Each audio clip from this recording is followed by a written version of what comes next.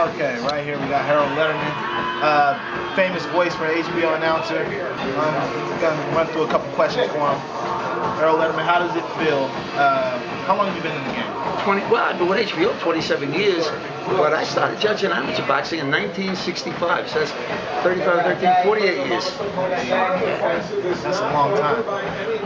So we get to hear you every 3 rounds and stuff with your opinion on how the round's going. With a lot of the scorecards that's going the way that they are, how do you feel that the judging's been going with? Well, there's been a few controversial decisions in the last year, but hey, that's what makes boxing. People remember the controversial fights. I really believe from the bottom of my heart that people love controversies. They love to yell about, hey, this guy got robbed, that guy got robbed, this guy didn't get a fair decision. I mean, I think boxing thrives on controversial decisions.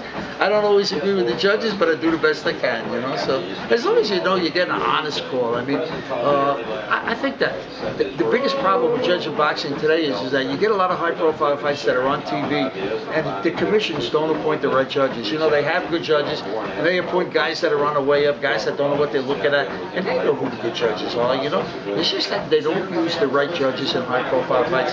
The fights that people are watching on Showtime, on HBO, on ESPN, NBC, if they use the right judges in the high-profile fights, I think we'd have a lot less problems, to be honest with you. So do you think that for certain high-profile fights that they should bring in outside judges? Oh, definitely, From not just from people that if someone's fighting, like Brandon Rios is fighting from California, have a California judge, but you think that you should have like a New York judge, Texas judge, and North Dakota judge, like judge from different sections? Yeah, Zach, let me tell you, if it were up to me, if I were the commissioner in Nevada, and that's the final say is with the boxing commission in Nevada.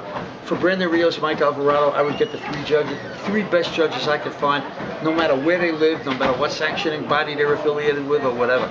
In other words, you get a Julie Lederman from New York, a Joe Pasquale from Trenton, New Jersey, Michael Pernick from Florida, people we know, Max DeLuca from California is a very good judge. I try to get some real good judges, forget where they live, forget what sanctioning body they work for, get the 3 best judges you could get. You're going to pay them the same thing anyway.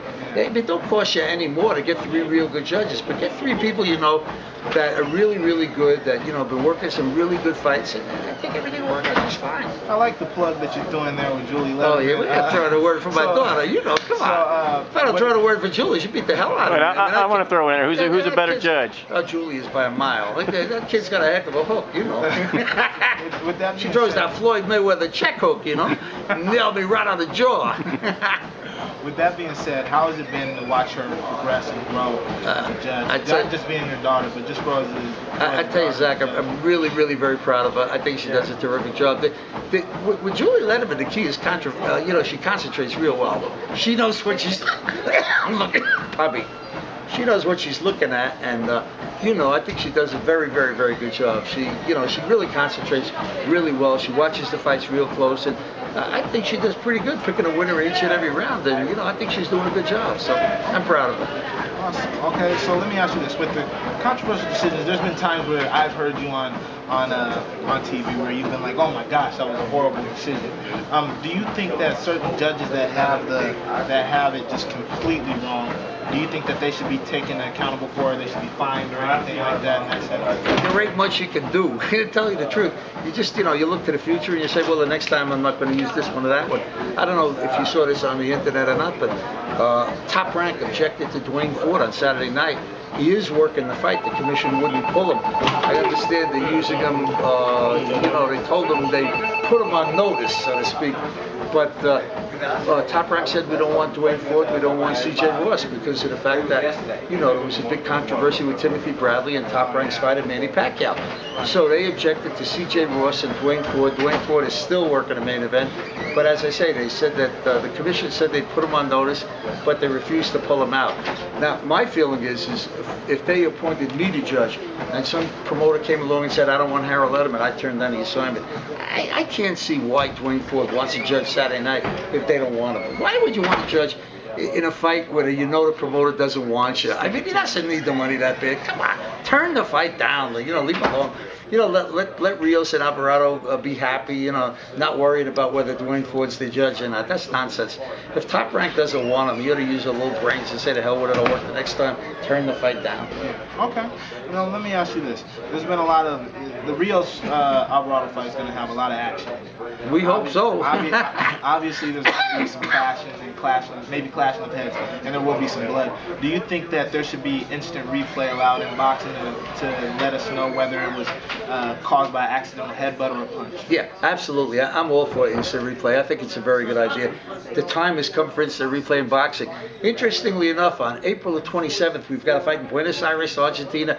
Sergio Martinez against Martin Murray from Great Britain, and it's Michael Murray from Great Britain, and we're using instant replay. The WBC has it in place, and they're going to use HBO's equipment, and they're going to use instant replay in the fight on April 27th in the Martinez fight.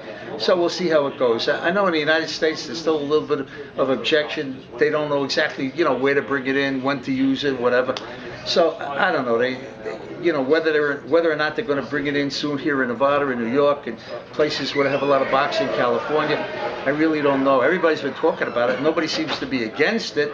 So it's just a matter of the commissions getting together with the TV networks and setting up the mechanics. So I think we'll see it pretty soon. I mean, I think last week, 2 weeks ago, was sort of a bit of a travesty when Pat Russell blew an obvious knockdown in the first round in Provatnikov and Timothy Bradley, and had he counted that a knockdown, the fight would have been a draw. So, there certainly is a place for instant replay, no doubt about it. Okay. Last question. I like to end with a funny question.